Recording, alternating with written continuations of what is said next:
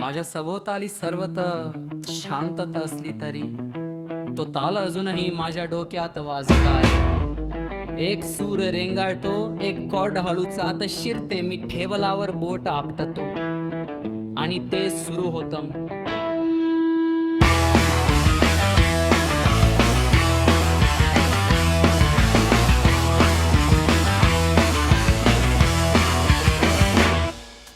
बण केव्हाच निघून गेला आहे, पण मला अजूनही ड्रम्सचा आवाज ऐकू येतोय. गिर्रर त्यांचे रिप्स वर्तुळाकार फिरवत आहेत, बेस हळुवारपणे स्पंदित होत आहे. गायकांमधील एक शब्द माझ्या डोक्यात पुन्हा पुन्हा येतो. मी हळूच हसतो, कारण ते चक्र मला सोडत नाहीये. सर्व काही फिरतंय, सर्व काही पुन्हा पुन्हा बुडत आहे. प्रत्येक सूर एक पृथ्वीवाणी, प्रत्येक केसावरी डोक्यात चक्राकार फिरतंय. फिरतंय, मी सुटू शकत नाही आणि मला सुटायचंही नाहीये. हे संगीत आता फक्त माझ्यासाठी आहे आणि तरीही ते अविश्वसनीयपणे कर्कश आहे.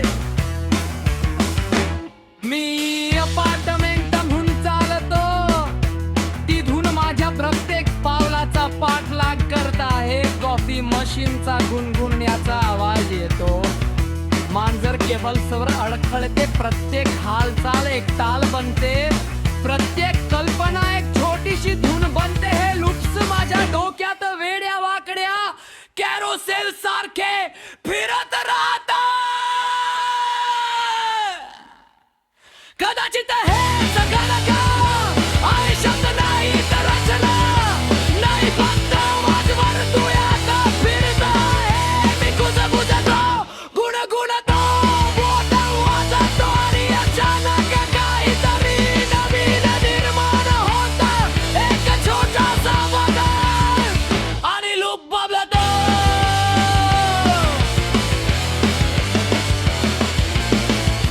मी नक्कींवर कॉर्स लिहितो, एपेलटन मध्ये छोटे छोटे बीट्स वाजवतो. प्रत्येक पुनरावृत्ती एक खेळ बनते, प्रत्येक लूप एक छोटंसं जग. हा गोंधळ योग्य वाटतो, ही पुनरावृत्ती जिवंत वाटते आणि मला जाणवतं ही तर फक्त सुरुवात आहे.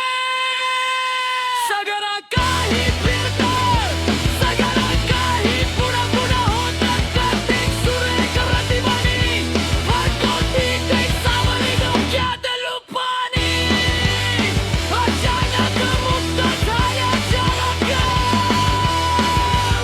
वाजत संगीत माझं हात. ते जिवंत आहे आणि मी काही करू शकत नाही. मी उद्यापासून खऱ्या अर्थाने सुरुवात करेन.